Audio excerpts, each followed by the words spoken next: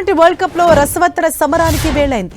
తొలి ఫైనలిస్ట్ ఎవరో ఇంకొన్ని గంటల్లో తేలిపోనుంది. తొలి సెమీ సమరంలో ఇవాళ న్యూజిలాండ్ దక్షిణాఫ్రికా తలపడనున్నాయి.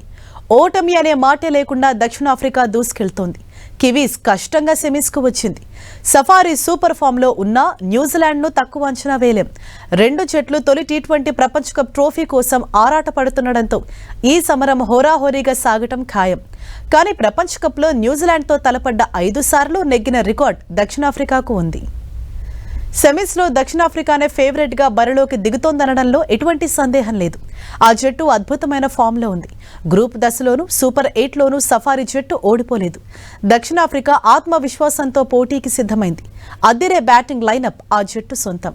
ముఖ్యంగా కెప్టెన్ మార్క్రమ్ భీకర ఫామ్ లో ఉన్నాడు. సఫారీ జట్టును నిలువరించాలంటే న్యూజిలాండ్ మరింతగా పుంజుకోవాల్సింది. సెమీస్ చేరటానికి ఆ జట్టుకు కష్టపడక తప్పలేదు. సూపర్ 8లో తన చివరి మ్యాచ్లో పరాజయంతో కివీస్ ఇతర టీంల ఫలితాలపై ఆధారపడాల్సి వచ్చింది. అయితే దక్షిణాఫ్రికా అంత భీకరంగా కనిపించకపోయినా కివీస్కు కూడా మంచి లైనప్పే ఉంది. కానీ బ్యాటర్లు జోరందుకోవాలి. టోర్నీలో ఓపెనర్ సీఫెడ్ టోర్నీ ఆరంభంలో చెలరేగాడు. ఆ తర్వాత అదే స్థాయి ప్రదర్శన చేయలేకపోయాడు.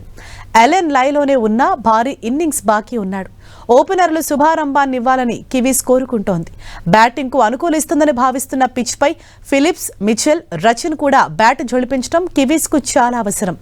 మొదట బ్యాటింగ్ చేస్తే 200కు పైగా స్కోరు సాధిస్తేనే కివీస్ పోటీలో నిలవగలుగుతుంది.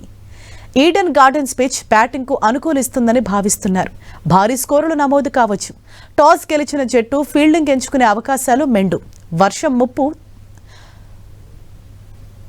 ఈ మ్యాచ్కు వర్షం ముప్పు లేనట్లు తెలుస్తోంది. అయినా సెమీఫైనల్కు రిజర్వ్డే ఉంది.